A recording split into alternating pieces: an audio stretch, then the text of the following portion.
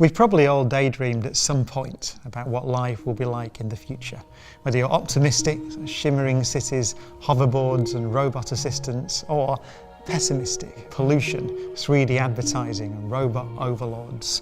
Well, the future won't be quite like any of those. It will be dominated by challenges such as climate change, the ever-increasing population and artificial intelligence. Food contributes about a quarter of all greenhouse gas emissions. The demand for food is increasing. By about 2050, there's going to be a demand of about 50% more food. And at the same time, the greenhouse gas emissions from the food choices we're making is actually getting larger. And so as we reduce the emissions from other sources, for example by switching to clean energy sources, food is going to be an increasingly large part of the greenhouse gas emissions problem.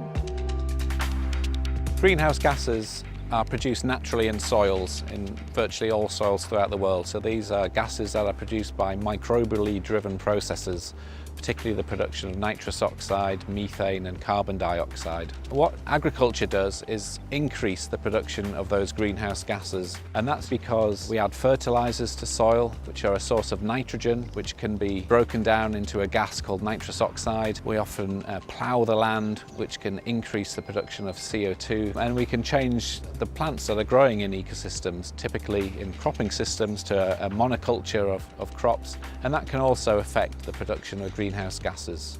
The food that's consumed most often that has the highest greenhouse gas emissions is beef. So when cows eat, the calories per day is about 40,000 calories for each cow, and about 6% of that is actually turned into methane. And methane is a very powerful greenhouse gas.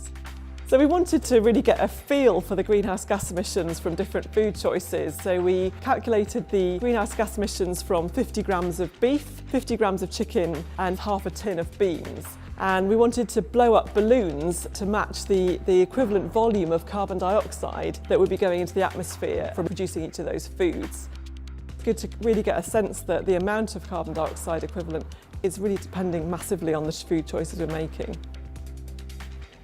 So there's lots of different technologies that we can try to employ to reduce greenhouse gas emissions. One of the problems is bringing fruit and vegetables from overseas by air. But if we can grow the vegetables and fruit locally using, for example, what's called vertical farming, where we can grow crops using lighting indoors. The progress that's going on now with producing meat-like alternatives, maybe even cells grown in the lab, which really taste and feel like meat. So there's really potential for some really quite creative solutions to this challenge.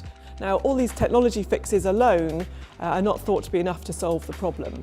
So in terms of consumer decision making, then consumers are going to have to change their choices compared to where we're currently on track for. And that's where decisions about reducing the amount of animal products, eating more in season are going to be really important. One thing that we're particularly interested here at Manchester is looking at the potential to manage grasslands in different ways, and in particular in ways that we can enhance the biodiversity of grasslands, which are very valuable ecosystems, and also to sequester carbon in soils. And this is drawing on well-established ecological principles. And I think there's an important message there as well, in that nature does a very good job at solving problems, and we can often look at the more natural solutions to these issues and apply those to agricultural settings. I think if you actually tried to design the food which had the minimum greenhouse gas emissions, you might come up with something which was basically kind of grey goo, like in the science fiction films. So if we don't do something pretty sharpish about greenhouse gas emissions and climate change, that's kind of a threat for the future we maybe should think about. But in the shorter term, we can really do a lot by simply changing some of our food choices. It really can go a very long way to solving the problem.